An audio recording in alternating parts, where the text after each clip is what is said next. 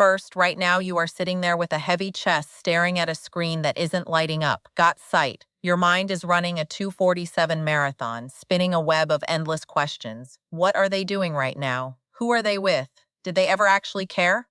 First, what if I just send one more text? Phrase it perfectly. Explain my side just one last time. Let me look you dead in the eye and give you a brutal, beautiful dose of reality that nobody else has the guts to tell you. Stop. Do absolutely nothing. I know your chest feels tight first. I know every single muscle in your body is screaming at you to fix it, to chase, to argue, to prove your worth, because we have been conditioned to believe that if something is broken, we have to work harder to glue it back together. But in relationships, first when someone chooses to walk away or pull away from you, chasing them does not bring them closer. It validates their decision to leave.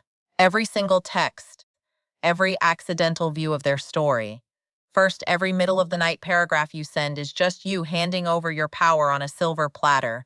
You are telling them, hey, look, you can throw me away and I'll still be right here waiting in the trash bin. This speech isn't some cheap, toxic mind game. First, this isn't about using reverse psychology to manipulate someone into running back to you. This is about deep, radical psychological leverage, because the truth is you cannot make someone miss a presence that refuses to leave first. They cannot experience the cold reality of losing you if you are constantly hovering around the edges of their life trying to remind them you exist. If you watch this all the way, discover more 1 in 25 plus language translation YouTube video player multilingual content creation through to the very end. First, I am going to give you the exact psychological blueprint of what happens when you completely vanish from their emotional grid. I am going to show you why doing absolutely nothing is the most aggressive, powerful, and attractive thing you can do right now. More importantly, first I am going to reveal the exact moment the tables turn, the exact shift that happens inside their brain when the silence finally hits them.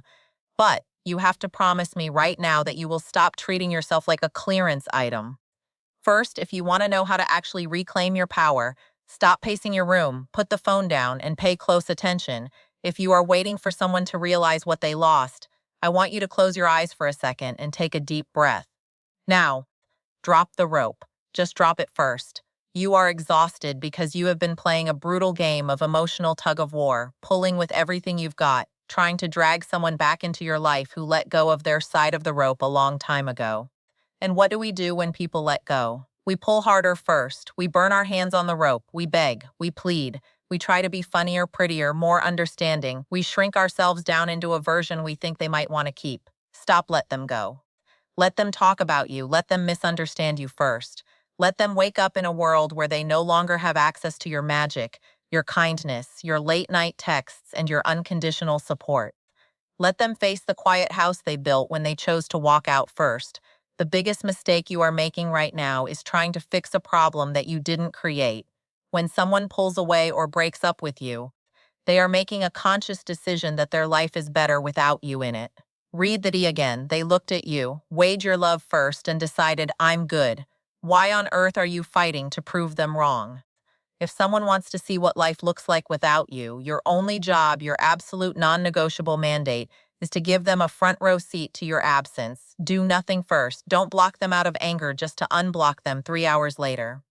Don't post a fake, overly happy photo on your story hoping they see it. Don't ask your mutual friends how they are doing. Total, complete, absolute radio silence. Why? Because human nature responds to vacuums.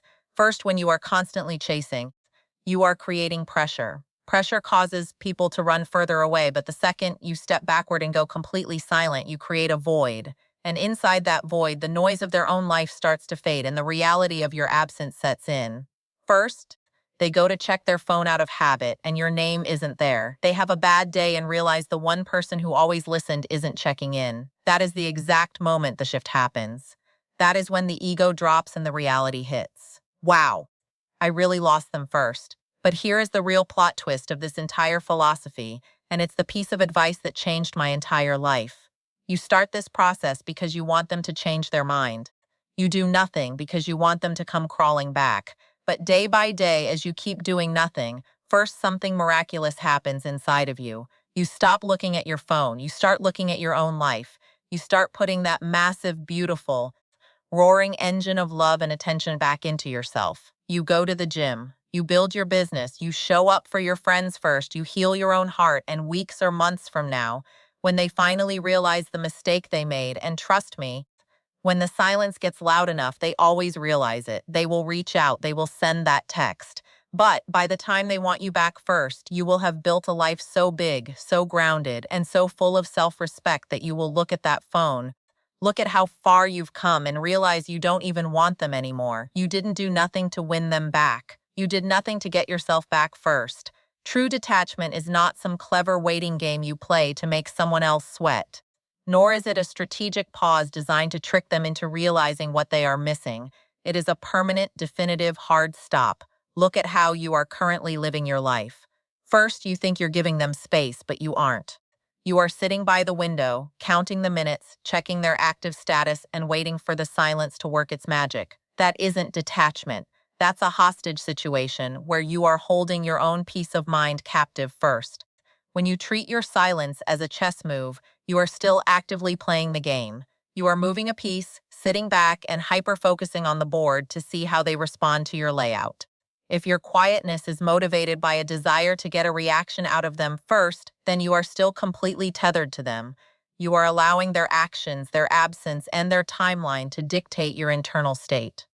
You are letting them control your entire board while you sit there paralyzed first, hoping your lack of movement forces them to make the move you want. Radical self-respect requires you to flip the entire board over and walk out of the room entirely. You have to stop viewing silence as a tool for manipulation and start viewing it as a tool for your own preservation. First, when someone signals to you through their actions, their distance, or their explicit words that they do not want to hold your hand anymore, your response should not be to squeeze harder. Your response must be to completely drop the rope first. The power of the full stop means you stop projecting into the future about what this silence will accomplish in their life, and you start focusing entirely on what it is accomplishing in yours. It means accepting that the chapter has closed, putting a period at the end of the sentence first, and refusing to write lines for a character who chose to walk out of the script. If you keep leaving the door cracked just a tiny bit hoping they will kick it open, you are keeping yourself in an emotional limbo that drains your energy and fractures your focus.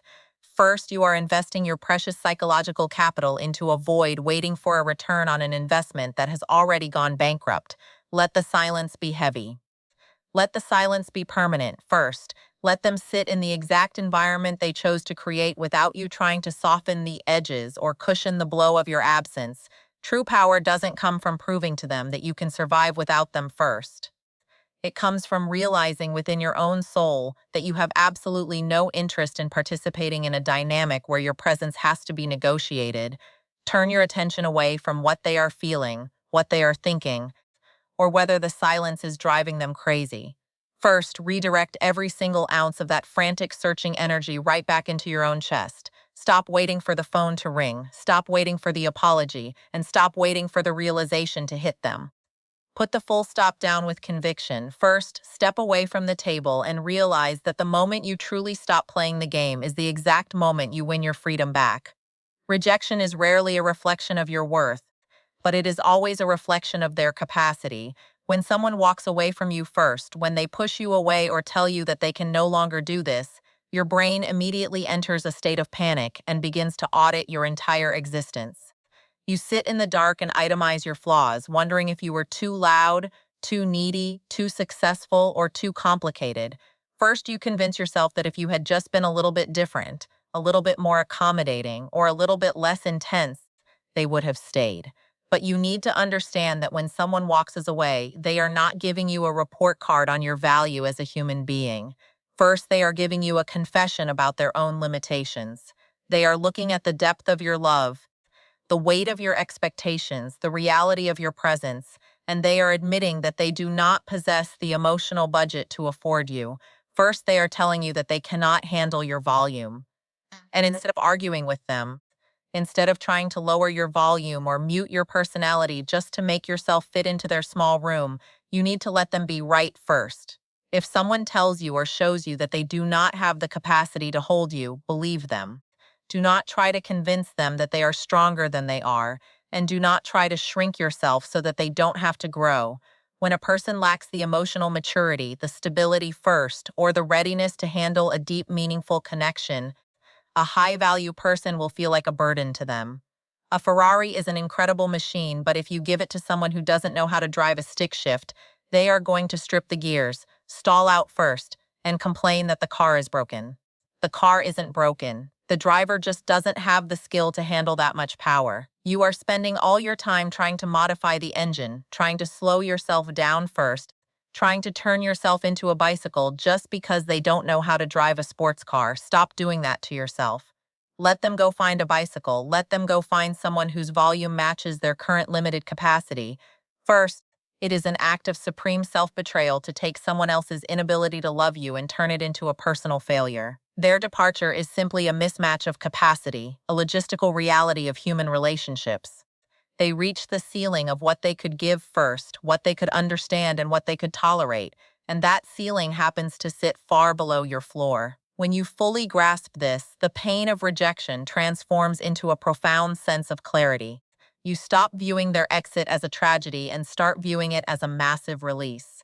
First, you realize that you cannot force a person to have the capacity for you any more than you can force a glass to hold an entire ocean. Stop trying to pour your vast, beautiful ocean into a thimble and then crying when it overflows and ruins the furniture. Snorts, accept the reset first. Recognize that their walking away is the universe protecting you from spending years of your life trying to compromise your soul for someone who is always meant to be a temporary visitor. Let them be right about what they can handle. First, step out of their way and save your incredible volume for someone who has built a stadium big enough to hold it. Human psychology dictates that pursuit breeds resistance. This is a fundamental law of human nature and emotional physics that you cannot outrun or negotiate with. First, the exact second you start chasing someone, demanding explanations or sending those massive blocks of text to clarify your point, you are actively giving them something to lean against. Think about the physical act of chasing. When you run towards someone with intense urgency first, their instinctual biological response is not to stand still and open their arms. Their reflex is to step back. You are creating a psychological pressure cooker, and the more you press, the more they will resist you just to regain their sense of autonomy and breathing room. First, every single time you reach out to demand closure or ask why they changed their mind, you are acting as a buffer between them and the consequences of their choices. First, you are protecting them from the cold reality of life without you, because you are still there filling up the space with your anxiety, your words, and your desperate energy.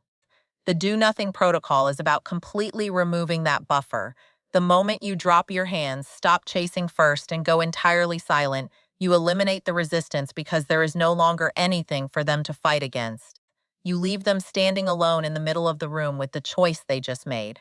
When you go completely dark on their emotional radar, first, the vacuum of your absence forces them to face the stark, unfiltered reality of a world that does not include you.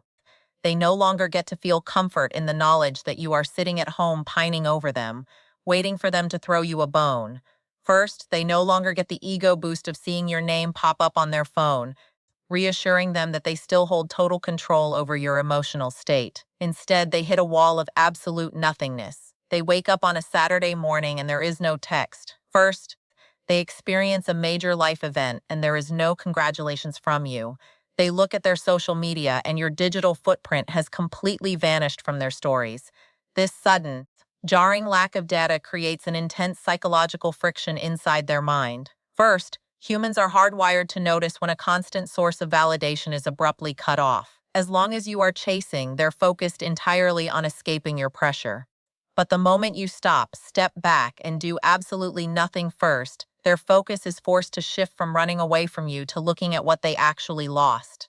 They have to sit with the silence of their own apartment, the quiet of their phone, and the weight of their own decision. They have to realize that they didn't just get space first. They lost access to your heart, your loyalty, and your presence. By doing nothing, you allow the natural law of scarcity to take over. You stop being a cheap, oversaturated commodity that is always available on markdown, and you instantly become a rare, dignified, first, and unavailable entity. You force them to experience the true, unvarnished math of their choice. They wanted you gone, so now you are completely gone. Let the vacuum do the work that your words never could. First, and allow the weight of your total absence to finally crash down on them without you doing a single thing to stop it. You are currently emotionally and mentally broke because you are investing 100% of your thoughts, your energy first, and your focus into a stock that is already completely crashed. Think about the sheer volume of cognitive and emotional real estate you are handing over to someone who isn't even paying rent in your life anymore. You wake up in the morning, and before your feet even hit the floor, first your mind races straight to them. You are auditing their potential thoughts, analyzing their old text messages like they are ancient scripts, and wondering what they are doing at this exact microsecond. You are pouring your precious limited daily life force into a black hole first, and then you wonder why you feel so profoundly depleted, anxious, and stuck. This is not a relationship problem anymore. This is a severe asset management crisis. Your attention is the most valuable currency you possess as a human being. It dictates your mood. It builds your career first, it fuels your health, and it shapes your entire reality. Right now, you are taking that priceless currency and throwing it down a drain for someone who chose to walk away. The let them mindset is about recognizing that the market has closed on this connection first, pulling your equity out immediately, and investing it directly back into your own life. When you practice this philosophy, you stop trying to manage their perception of you. If they want to think you are the villain, let them. If they want to believe they are better off without you, first let them. If they want to misinterpret your silence as coldness, let them. You must completely divest from their emotional economy. Every single time you catch your brain wandering back over the fence into their yard first, trying to figure out how to fix things or how to make them see your value, you have to consciously and aggressively grab yourself by the collar and pull your attention back to your side of the fence. Ask yourself, what do I need right now? How can I use this frantic first obsessive energy to build my own empire, heal my own body, or elevate my own mind? You have to treat your mind like premium high value that is strictly reserved for people and projects that actually yield a positive return. First, stop giving away free luxury penthouse suites in your brain to someone who treated you like a temporary motel room. When you reclaim your emotional real estate, you stop being a passive spectator in the drama of your own rejection, and you become the active director of your own recovery. First, you take all that roaring, passionate, protective love that you were so willing to fight to give to them, and you turn the mirror around. You give it to yourself. You fund your own dreams. First, you protect your own peace and you decorate your own inner life so beautifully that you no longer depend on their validation to feel secure. This isn't about being bitter or cold. It is about becoming fiercely, unapologetically protective of your own sanity first. The moment you pull your equity out of their stock and reinvest it into your own growth, your value skyrockets, your focus sharpens, and you finally regain the wealth of your own power. By the time you do absolutely nothing long enough to let them actually miss you first, your life will have gotten so big, so focused, and so grounded that you won't even want them back anymore. This is the ultimate plot twist of deep emotional detachment, and it is the beautiful, unexpected trapdoor of human psychology. Right now, first you are sitting there holding your breath, starting this process with the secret burning hope that your silence will finally break them. You are doing nothing because you want them to feel the pain of losing you, and you want them to come running back to your door to fix what they broke first. But when you truly commit to the do-nothing protocol, when you completely stop checking in, stop chasing, and stop pouring your valuable energy into their void, something shifts deep inside your baseline biology. Day by day, the desperate burst. Frantic neural pathways that were hooked on their validation begin to starve and wither away. At the same visual art and design,